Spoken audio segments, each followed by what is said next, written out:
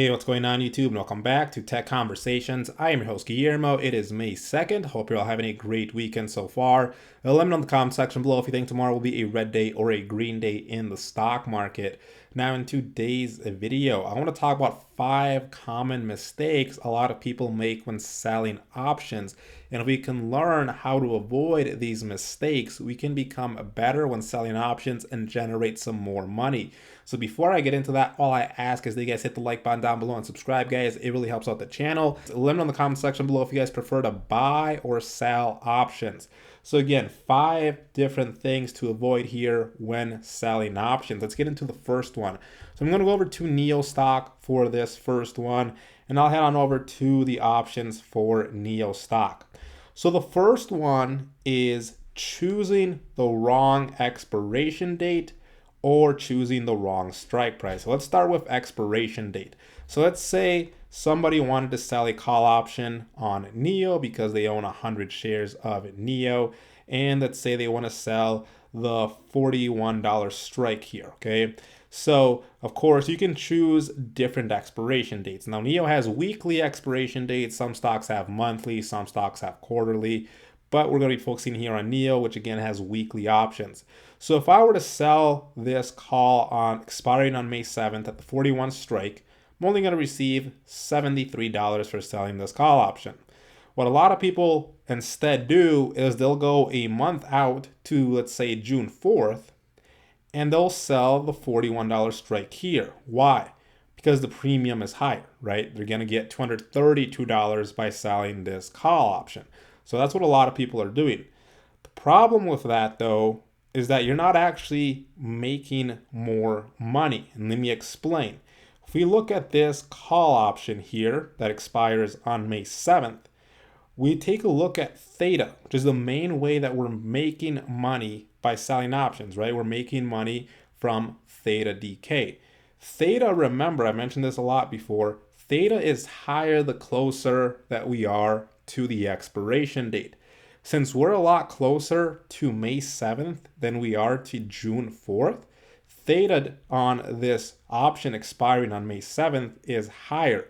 Therefore, with each day that passes, we are making more money from selling the shorter dated option. Because again, in this scenario, theta is 0.1147, which means in one day, due to time decay, we're going to make $11.47. If I go over to the June 4th one, right, and I go to the same strike 141, yes, you're receiving 232, but in reality, you're only really going to make about $4.28 here each day, right? Because that's what theta is. So again, what first mistake is that people want to sell longer dated options because of greater premiums. But due to time decay, we actually benefit the most from shorter dated options. So if you're selling calls, selling puts, especially on stocks with weekly options, make sure that you're selling the shortest dated option to increase what theta is. Therefore, we generate the most money every single day. Now, the second part is strike price. This is very important, and I've seen a lot of people mess up with this one right here. So when it comes to your strike price, only choose prices that you're comfortable buying or selling your shares at. So for example, I sold a call on NEO at the 40.50 strike. Why? Because I'm comfortable selling 100 shares of NEO at 40.50. I sold my other one at 45. Because again, I'm comfortable selling my other 100 shares at $45 a share. What a lot of people like to do is they'll go ahead and sell, for example, their 40 strike, 39.50, 39 because they're receiving a little bit more premium. But remember, if something happens and NEO shoots up, you're going to have to sell your shares at that strike price if you sold a call on it. If you sold a put on it, same thing, right? If I wanted to sell a put on NEO, a lot of people are tempted to sell, the 40, 50, even 41 because, you're receiving more premium than the ones down here. But you need to ask yourself, am I willing to actually buy 100 shares of NEO at 41.50?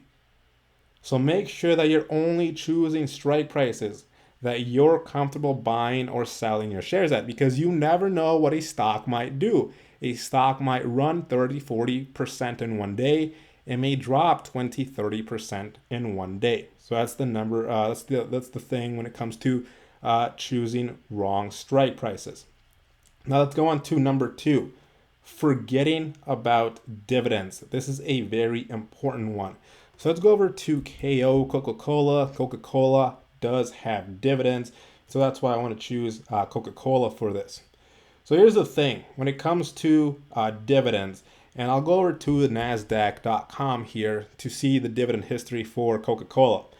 So you can get the dividend if you own a stock prior to the ex-dividend date. So if you take a look here for Coca-Cola, their ex-dividend date is June 14th, 2021. So as long as you own Coca-Cola prior to that date, you will receive the dividend for Coca-Cola. Now, the thing that a lot of people don't know is that the strike or the stock price usually drops by the dividend amount on the ex-dividend date. So the dividend amount for Coca-Cola is 42 cents. On the ex-dividend date on June 14th, you should expect Coca-Cola to drop by 42 cents. That really does happen. Now, what that means is that call premiums will be lower, put premiums will be higher, right? Because again, investors are expecting the stock to drop. So puts are going to cost more, calls are going to cost less because we're expecting the stock to drop. So if you're selling put options on that week, premiums are going to be higher, but you should expect the stock to drop. So you should be careful of that. If you're selling calls, you're not going to receive as much money, but again, you should expect the stock to drop. You're going to know that it's going to drop. Now, the biggest thing, of course, with dividends is that dividend payments are a very popular reason for the buyer to exercise their option early. So early assignment, right? If I sell a call on Coca-Cola on this week, on the week of June 14th, I should be prepared to be early assigned, right? Because a lot of the people who are buying call options are going to exercise their option early in order to qualify for that dividend.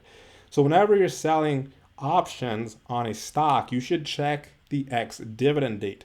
Make sure that it's not on that week, or else you may be early assigned, and it kind of is a, it'll work out in the end, but a lot of the times it's just something you don't want to deal with.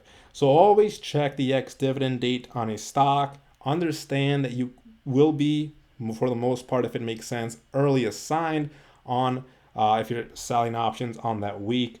And again, understand as well that if the ex-dividend date is coming up that week, you should expect the stock to drop by the dividend amount on the ex-dividend date. So that's number 2, forgetting about dividends. Now let's go into number 3. So I'll go back here. So let's go over to ChargePoint for this one. So CHPT. So number 3, very important, not having a plan to manage your loss. So you should always be prepared to take a loss and manage your risk prior to entering the trade. You should have a plan before you enter the trade. And so things you should be asking yourself are, for example, how much risk are you willing to take? Do you have some sort of stop loss set in case things go wrong and you need to cut your losses? One of the biggest questions I get when someone enters a trade is, how do I close out of this trade? How do I exit this trade? Those are questions you should have answers to prior to entering that trade. The other thing a lot of people don't understand, of course, and this is kind of the same thing with closing your trade, is that you can buy back the option to remove your obligation to buy or sell the stock. So let me show you an example here with ChargePoint. So I sold a put on ChargePoint, and I sold it at a 22.50 strike. This expires on May 7th, and I received $41. I'm up $15. So let's imagine that on May 7th, the day is about to end, and ChargePoint's at $20 a share. Well, since the stock price is lower than my strike price, I'm going to be, for the most part, assigned 100 shares of ChargePoint at 22.50 a share. Now, let's say for whatever reason, you actually don't want to buy 100 shares of ChargePoint at 22.50 a share. Well, you can buy back your option to remove your obligation to buy or sell the stock. So if it's May 7th, the day's about to end, ChargePoint's at around $20 a share. I don't actually want to buy 100 shares of ChargePoint at $22.50 for selling this put. What I can do at that point is buy to close this option. I sold to open this put at 22.50 strike. Now I'm going to buy to close it. So I would go in here, I'd do one since I only have one contract, and then I would have to pay. Now here's, of course, the drawback. You're probably going to have to pay, I would have to pay around, let's say, $200 or so. I would end up paying more to close it than the amount I received to sell it, to open it, right? So you're still going to end up losing some money, but at least you're not going to have to purchase the 100 shares. You're buying back the option to remove that obligation. Same thing with selling calls too, right? Selling covered calls. So I also have a covered call I sold on ChargePoint. This is at a 26 strike. So again, let's say that on expiration on May 7th, ChargePoint is at $28. So I'm probably going to have to sell my shares at $26 a share. But let's say I don't want to sell my shares. I don't want to get rid of them. Again, I can do the same thing. I can buy to close this option. It'll remove my obligation to have to sell my shares. But again, I'm probably going to have to buy to close for, let's say, I don't know, about $200 or so again. So again, I'd be paying more to close it than the amount I received to sell it. So again, I'm still losing some money, but at least I keep my 100 shares. I'm not going to have to sell them, right? So make sure that you always understand those different things, how to close your trade, how to buy back your options, to remove your obligation to buy or sell the stock in case you don't actually want to buy them, in case you don't want to actually sell your shares. And the other thing, of course, is controlling your emotions. When you're very emotional, you tend to make bad decisions. So please try to keep your emotions out of trading because, again, you tend to make bad decisions. So that's number 3. Now let's go into number 4. This one's very important. So I'm gonna go over to I'll just go over to plug power here. So number 4, of course, is thinking that you'll get fast returns, big returns quickly. Okay. So what do I mean by that? People think they're gonna get rich overnight by selling options. That's not the way selling options works. When you're selling options, you should be prepared to invest for the long term. It's not a get rich scheme. It's not a get rich strategy. It's a slow and consistent gains strategy. I like to say that slow and steady wins the race. And this is that type of strategy. If you're not seeing consistent gains after a while, you should have a plan for that. Like I mentioned in the last step or in the last thing to avoid, right? You should have a plan. You should aim for consistent returns over several years though, right? I've mentioned this before. Whenever you're selling options, you should be prepared to own that stock for a while, at least a year, preferably 2 years or so. So when you're selling options, make sure that you're aiming for consistent returns, but over several years, not just several weeks, not just several months, several years. There's going to be a few weeks where you may be losing money or even a few months. But if you look at it over the long term, over several years, you should be seeing consistent returns. And again, if you're not, you should have a plan for that.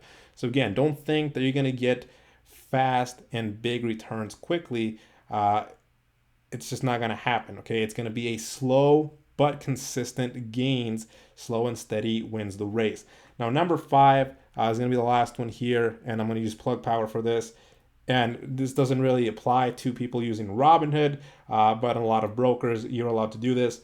And that's selling naked options. So selling naked options is when you don't own the underlying security or stock. And so let me show you an example here with plug power. So I don't own any shares of plug power, but some brokers, what they will allow you to do is sell calls on stocks that you don't even own. So again, I can't do this on Robinhood, and it's going to tell me I can't do it. But if you're on a different broker, you may be able to do this. So what people can do is they can go ahead and sell a call. Say someone wants to sell this call at the $30 strike. But again, they don't own the shares, just like I don't right here. Say they want to sell one contract. Again, Robinhood won't let you do this. They'll say you don't have enough shares. You need 100 shares. But again, some brokers will allow you to do this. This is very risky. You should stay away from this. And so why? Because this is pretty much an unlimited risk scenario and strategy here. If I were to sell this call at $30 strike, and let's say that on expiration, May 7th, Plug Power all of a sudden shoots up to $100 a share. Well, I'm going to have to be forced to sell 100 shares of Plug at the $30 a share because that's the strike price I chose. Well, the problem is I don't have 100 shares of Plug Power. So what I'm going to have to do, I'm going to have to buy 100 shares of Plug Power to sell them. And since Plug Power is going to be at $100 in this scenario we're talking about, I would have to buy the 100 shares at 100 shares at $100 per share. So that's a lot of money for a lot of people, right? And I can actually show you how this looks like here. If I go over to the options profit calculator, so they do have naked calls, naked put option here that you can kind of check out. And so here's Plug, here's that call we're selling at the $30 strike, and it did stock price range from $27.50 to $100.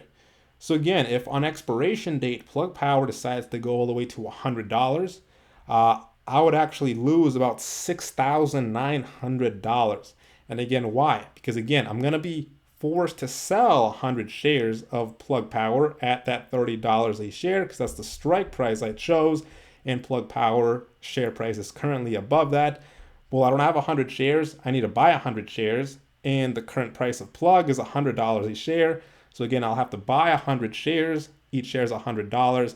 So I'd have to pay $10,000 to buy 100 shares, and then I'd have to sell them at $30 a share.